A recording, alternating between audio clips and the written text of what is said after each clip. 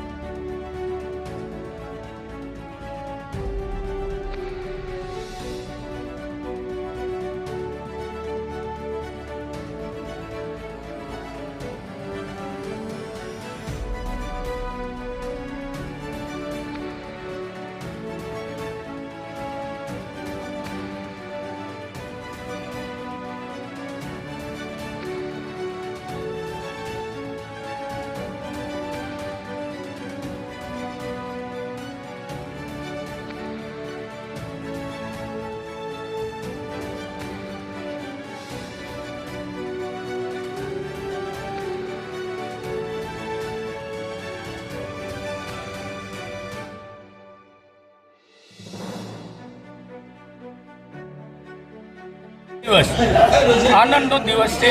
આટલા ટાઈમ સુધી હું ભારતીય જનતા પાર્ટીમાં હતો, પણ આજના દિવસમાં મને એની વિચારધારા સારી ના લાગી, એટલે હું કોંગ્રેસ પાર્ટીમાં અમૃતજી સાહેબ સાથે મારા સ્વ કાર્યકર્તા હરેક સમાજના લઈને સાથે જોડાઉં છું।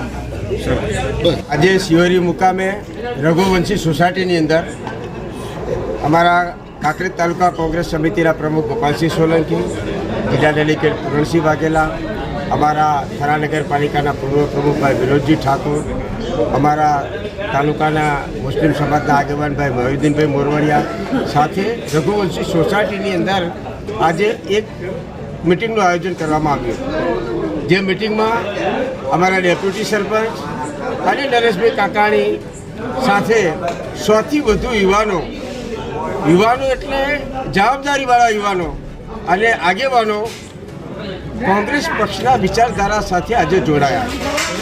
વર્ષોથી ભારતીય જનતા પાર્ટીમાં એમણે કામ કર્યું, વર્ષોથી રાત દિવસ મહેનત કરી અને એમના પક્ષને એમને ગમે તેટલો મજબૂત કર્યો, પરંતુ ક્યાંક મને એવું લાગે છે કે ભારતીય જનતા પાર્ટી એના પાયાના કાર્યકરને ક્યાંક ને ક્યાંક નજરઅંદાજ કરી અને સાઇડલાઇન કરતી એવું મને દેખાઈ રહ્યું છે। ત્યારે જે રઘુવંશી સોસાયટીની અંદર અમારામાં વિશ્વાસ મૂકી અને જે કોઈ યુવાનો જોડાયા છે એમને આપણા ટીવી મીડિયાના માધ્યમથી સંપૂર્ણ ખાતરી આપું છું કે કોંગ્રેસ પક્ષની સંસ્કૃતિ, કોંગ્રેસ પક્ષની વિચારધારા હંમેશા એક ભાઈચારા સાથે જોડાયેલી છે અને એ ભાઈચારા સાથે હંમેશની અંદર અમે જે યુવાનો જોડાયા છે એ યુવાનોને એમની જે કંઈ વાત નાની મોટી વિકાસની છે એમાં પણ અમે એમને પ્રથમ પ્રાયોરિટી આપીશું।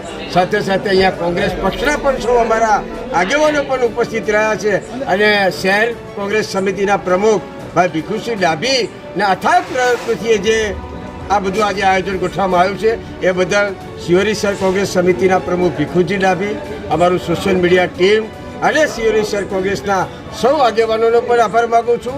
સવિશેષ આજે નરેશભાઈ કકાણી સાથે જે 100 યુવાનો દરેક સમાજના જોડાયા છે એ સર્વ યુવાનોને ખૂબ ખૂબ અભિનંદન પાઠવું।